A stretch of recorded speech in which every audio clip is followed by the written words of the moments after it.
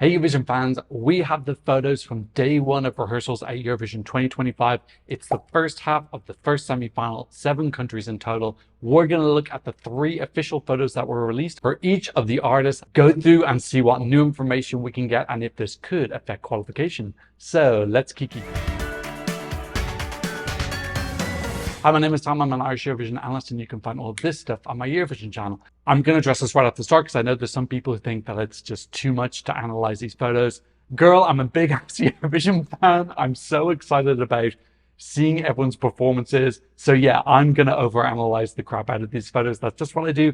If you don't want to be here, that's absolutely fine. This video is voluntary. You don't have to be there if you think it's too much. Or there's some people who want to save themselves for the actual contest. That's absolutely totally fine as well. We're going to go through all of these photos are from the EBU. I believe it's Corinne Cumming is the head photographer and her team. So shout out to them for always providing us these really cool photos. Let's start off first with Iceland Vibe singing Roa.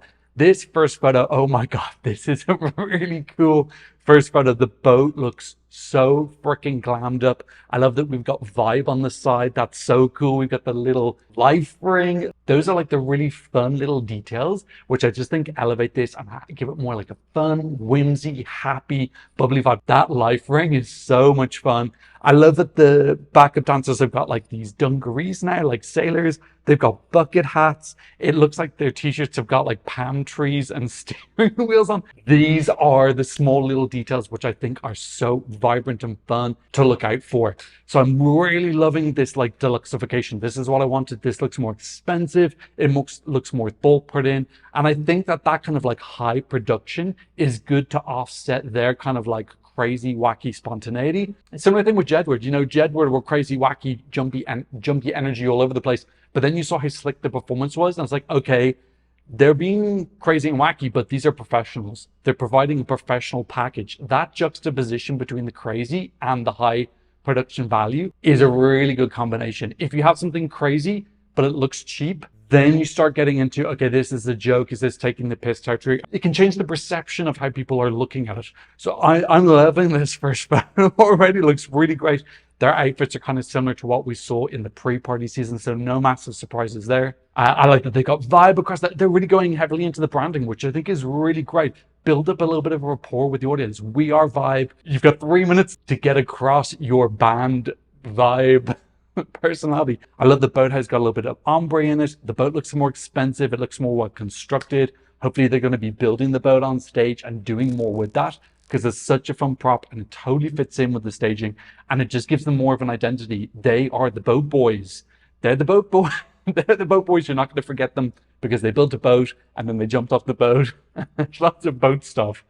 Let's go to the second picture. Again, this looks great. Again, a little bit off of the choreography, which is one of the things I've been criticizing about them in the pre-party. So they just need to make sure that they're in sync with the choreography. But look at this back LED. Really cool. I love that Vibe kind of offset. Very cool graphics. And going into these kind of like, it's like a cityscape. So that's going to be a good contrast because I think we're going to get waves and blue and then going into the cityscape with the kind of oranges and night scene. That can be really good contrast. Again, we're seeing that their costumes are pretty much what we expected. Silver, the backing up dancers is similar as well, and they've got the shades on. So you're giving us lots of character and personality on the stage. My main thing I just take from this, it just looks more deluxe. That just looks more expensive. Everything in this photo, costumes, LEDs. Okay, and then the third photo, we've gone back to this kind of blue color palette. So I like that we're going to be transitioning between the two. We're getting a little bit of pyro, which some people have been saying looks a little bit like an Icelandic geyser. How do you say that? My God, I'm not even able to pronounce words in English now. Pronunciation is the bane of my life on this channel. I love this light effect as well. We're getting these kind of like icy looking lights in a kind of spiral effect. The smoke looks wonderful. I'm just getting the impression this is going to be high impact. It's going to be energy. It's going to be jumping from start to finish. It's going to be a whirlwind. That's what I want. I want to be out of breath at the end. I want them to go, oh God, I need to sit down. That was absolutely incredible. So this is really giving me good positive vibes for Vibe. I'm not saying they're definitely through. I definitely think the community needs to show up for them. I think that Iceland really needs this year. It would be a great message if Iceland opened the semi-final with a song completely in Icelandic and they went through. What a wonderful message that sends to countries is you can send songs in your own language. Doesn't matter if you're first. Eurovision fans are going to come through for you. Really, really good photos. Overall, I'm feeling a little bit more positive about vibe. Okay, next up, let's go to Poland. Look at this opening photo. This is so divine. This is like Game of Thrones, like high quality production game. But the thing about Game of Thrones is that particularly in the later seasons, it was so well produced. The costumes, the outfits, the lighting, just beautiful tableaus. And this looks like that. Look at that beautiful oh wait, there is a dragon. I didn't even notice there's actually a dragon there. Okay, that's kind of badass. They're bringing the dragon in. We've got Gaia in a really, really nice font. I like the font choice. And then everyone's posing and just serving from head to toe. She's got a fabulous pose, like small details. Look at her fingers. She's just, oh, she's thinking about everything. She's such a star. I think I read somewhere she's done over 3,000 concerts. She's so experienced. What a safe pair of hands for Poland. If you're Polish, you do not need to worry about your girl, Justyna. She's going to frickin' deliver on the stage because she's so insanely professional. Yeah, outfit-wise, we're going for this kind of, it's very well dancers from Ukraine. I don't mind that. It does feel different enough. Plus, I love that kind of like savage, slightly kind of medieval, but also a little bit like Neolithic vibe. Love it. It feels so raw and real and feels like we're getting shaman vibes mixing in with the vibe of the song. Look at that lighting though. The way the lighting is hitting all of them. The lighting's coming from like underneath and above. It's so beautiful. They've got like a glow to them. So wonderful. This is really, really exciting. Second photo now, and we can see the dancers who we already knew were pretty epic, but Justyna is coming down from the ceiling. So this is really confusing because I remember reading that she was told she couldn't come down from the ceiling. So they've changed their mind, or they've changed the infrastructure or something, or maybe she bought in her own crane. I don't know. But really, really fun to see that she is going to be coming down. Maybe they had to make a compromise because we've heard that Clement is probably going to be upside down. She's coming down from the ceiling now. Who else wanted to come from the roof? Oh, Serbia in his national final staging was hanging from a moon, but I don't know if they're going to keep that. Something changed. Anyway, she's coming down from the ceiling. It's cool. I think it adds to the drama. It makes it more kind of over the top and wonderful. The background LED is a little bit hard to make out. I don't know if we're seeing mountains there with kind of fog and cloud around them, but I'm getting that we're going to be getting this kind of like dark feel mystery fantasy, which I just think is so fun because it just transports me away. I'm like, I'm not on Earth anymore. I'm in Gaia planet land. It's over the top camp Polish pop, and Justyna is my guide, and I'm freaking obsessed. So I love this again. It looks really great. And this last image, wow. I love how they're playing with it. Look like moonlight.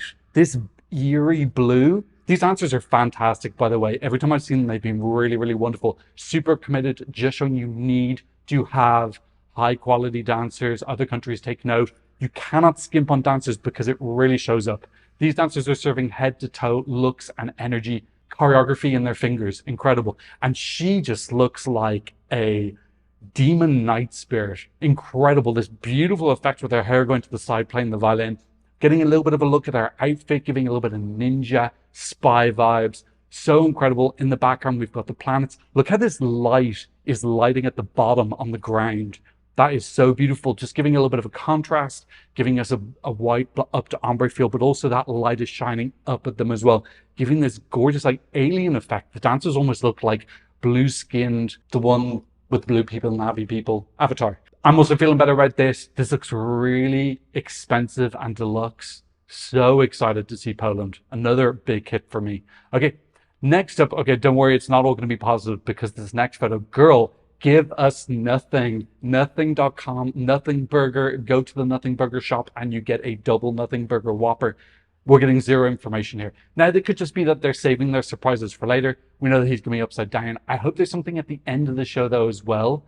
I don't know. This is just so nothing. It's 3 pictures of Clement standing like 1, 2, 3. What we can see is his outfit. I was speaking about how it's going to be a little bit difficult for him to choose his outfit because if he goes for something too chic, it takes away the kind of rawness of the performance and the vulnerability. But then he can't go up kind of wearing just like jeans, and he can't go dressed like me, basically. Like way too casual. So how did they find the between? This seems okay. We don't know that this is definitely his final outfit, but this outfit for me is, it's fine. I prefer something a little bit wow. It's got a bit of sparkle to it, which is going to be good for hitting the lights. Just a plain t-shirt underneath. I don't know. Is this wow enough? I think I'd prefer a little bit more risk. I'm not saying it's easy now to find that balance between chic and accessibility. That is difficult to do, but I don't know if this is it. but it's not a total flop for me. It's got a bit of sparkle to it. This kind of looks like an outfit you'd see someone on the street wearing. I want to see something a little bit more like a real wow costume. I'm not getting that. Background wise, it looks like we're getting this kind of fairy light effect, which is really pretty, like orange fairy lights on a black background. Girl, I got nothing else to work with there. That's all we're giving. This has happened before. I remember Italy with Marco Mangoni gave us nothing for some reason. I don't know if that's how that decision is made. Is it the head of delegation who says, we don't want to give nothing, or what happened there? But it was really noticeable in 2023 with Marco that everyone gave quite a lot of information in their picks. And then Marco was, it's literally just what we saw there. It was like 3 or 4 close-up picks with some smoke and nothing else. And his final staging was really wow. It had the guy coming on and off the trampolines, but they possibly just wanted to save that surprise for later. I don't know. The upside down thing, we already know he's going to do it. And like really, I think 99% of people looking at these photos are Eurovision fans. So it's like, babe, just show it. Like, we know it's going to happen. I don't know. Maybe there's a reason it'll make sense afterwards, but I don't know how I can get more hyped or excited for this because it's just like nothing particularly thrilling. Okay, next up, let's go to Estonia. Tommy Cash. So he is going for the East Live staging. I think he said he was going to do something different and everyone was going to be surprised. He's not. This is the East Live staging with just different LEDs. So we've got these 4 security guards on stage. I believe they're the exact same security guards. Yes, they are, from East Live as well. He's got his long red tie on. I like these LEDs though. That's the main big difference. Is we're getting, I love this blue scape with this plane and Tommy Cash. He's giving like critique of celebrity culture vibes. Just got a very different feel. There's a storyline here immediately. You don't always have to have a storyline on stage, but this is very clearly a storyline. You've got a character dressed as he is. You've got the security guards, which adds into this character. Okay, he's someone who needs protection. He's a celebrity. He's a politician. And then we're getting this private plane with his name written on. So right away, like, you're getting so many storyline cues here. I think a lot of people are going to be absorbed into this. Let's go to the second picture. And this is cool as well. Love this opening. I believe this is going to be the start of the song. Really, really nice lighting, which is going to add in a lot of mystery because it's going to be him with this fantastic pose. Look at the small details, like his right leg on his toes. The hand is in the pose as well, giving a very royal feel as he drinks his espresso macchiato with his name written on it. But I love this lighting. Really, really cool. Builds in the mystery. I think we're going to get a slow pan into him. Like, who is this person and who are these security guards? Because they do have that security guard pose with the hands behind their head. So this is going to be super intriguing. I feel very sure about this qualifying. This is just, he's artistic. The third photo is not really that much new information. It's the cup and I love Eurovision. I think the main surprise for me is that it's not anything new. It's something that we have already seen. Perhaps he did come up with another idea, but the feedback was just that East Live was better. You know, the casuals reacted so well to the East Live performance. I just keep hearing this. By the way, if you are showing these videos to your casual friends and they're having reactions, leave them down below. But so far, I've heard a 100% success rate for this with casuals. And that is the majority of people voting. So I'm still very sure this is going through. I just saw Matt from ESC United. He just came back and did a video. Go check it out. He's unfortunately been having some health issues, but he is back creating again. So go show him some love. He had a really positive reaction to this. It was great to actually see his opinion. Seeing all the songs for the first time in one go is kind of like fascinating to get a perspective of someone who hasn't kind of been listening to 100 different opinions about each song for the season. And also, I believe Clemen purposefully or accidentally leaked a backdrop which said Tommy Land in the same way as like Hollywood, or Tommy Wood, making a reference to Hollywood, the Hollywood sign in Los Angeles. So yeah, he's going to be going into that like LA celebrity, big personality vibe. I think it's really fun. Okay, next up is Ukraine. Cifra singing Bird of Prey. And the big thing here is the fashion. This is so daring fashion. You know, I love some daring fashion. So Daniel's got this kind of, it's a little bit pink, I'd say. It's mostly red with a tiny bit of pink added in. Really over the top, vibrant outfit. Really beautiful and energetic. Gives a real positive feel to the song. This song does have positive inclinations in it, but you know, some parts of it feel a little bit more raw and emotional. So it's interesting to see his outfit really, really pop, give this huge burst of energy. He's dyed his hair blonde as well. This is like really, really high class fashion. I feel like they've gotten like a top Ukrainian designer. If you know the designer's name, you can leave it in the comment section down below. We'll go straight to the second pic because you can see his outfit better. But yeah, this is just like very provocative, very interesting. We've got this beautiful heart, like almost like a brooch. And then we have this style, and it's giving me a little bit of medieval. It's giving me, but like, it's giving me like medieval queen, which I love. I love that it's a little bit like androgynous. But look at the details. The belt, we've got all these studs. We've got details on the sleeve. We've got this really interesting kind of like drapery that's kind of connecting above. It's giving a little bit of ice skater, ballerina vibes as well. Presuming this is the final costume, just because it looks really intricate and expensive. This doesn't look like a placeholder. Third photo, now we can just see from the side, and we can see there's a beautiful cut here on the trouser. It's very medieval for me. It's giving me a little bit of Joan Collins. I'm not hating. I love it, but it feels like a little bit of Joan Collins. Yeah, a little bit of Dynasty. So I kind of love that reference.